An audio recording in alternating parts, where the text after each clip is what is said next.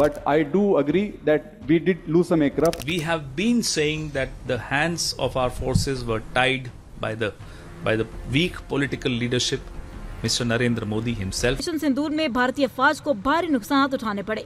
मुसद्दका इत्तलात के मुताबिक सिर्फ लाइन ऑफ कंट्रोल पर भारतीय फौज को 250 से ज्यादा हलाकतों का सामना करना पड़ा। पहलगाम সন্ত্রাসের পরে অপারেশন সিন্দুরে আমরা কি পেয়েছি এবং কি হারিয়েছি, কিন্তু ধীরে ধীরে এবারে মুখ খুলছেন ভারতীয় সেনাবাহিনীর উচ্চ পদাধিকারীরা। পাকিস্তানের সাথে যুদ্ধে 250 জনের বেশি ভারতীয় সৈন্য নিহত।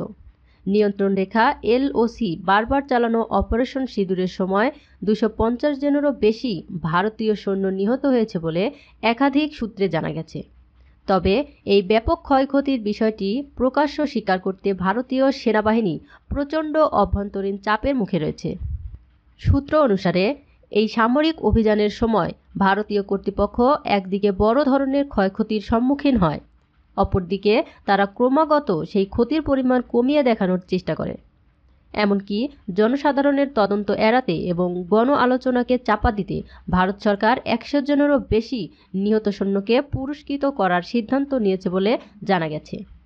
যদিও আনুষ্ঠানিকভাবে কোনো বড়সড় ঘোষণা এখনও আসেনি। পুরস্কৃতদের তালিকায় রয়েছে 3 জন রাফায়েল যুদ্ধবিমানের পাইলট সহ মোট 4 জন পাইলট।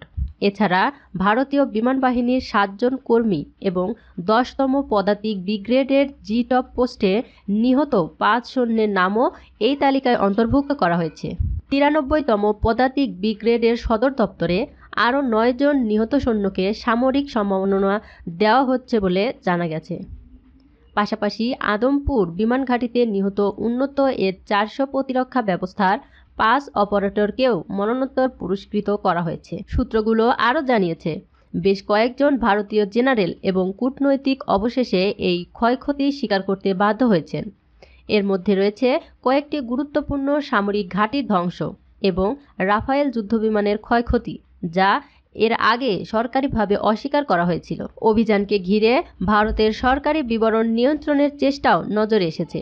সামাজিক যোগাযোগ মাধ্যমে নিহত সৈন্যদের পরিবারের সদস্যদের ছবি বা ব্যক্তিগত গল্প শেয়ার না করার জন্য সরকারিভাবে চাপ প্রয়োগ করা হয়েছে।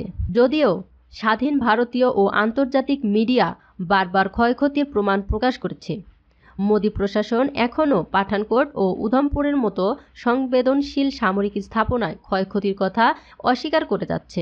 নিহতদের সম্মাননা প্রদান অথচ একই সাথে ক্ষয়ক্ষতি নিয়ে জনসম্মুখে নীরব থাকা ভারতীয় সেনাবাহিনীর জন্য এক দৈত্য সংকট। একদিকে সামরিক বিপর্যয়, অন্যদিকে তথ্য নিয়ন্ত্রণের চ্যালেঞ্জ, যা স্পষ্টভাবে অপারেশন সিঁদুরকে ঘিরে ভারতের নীতিগত ও বাস্তব সংকটের চিত্র তুলে ধরেছে।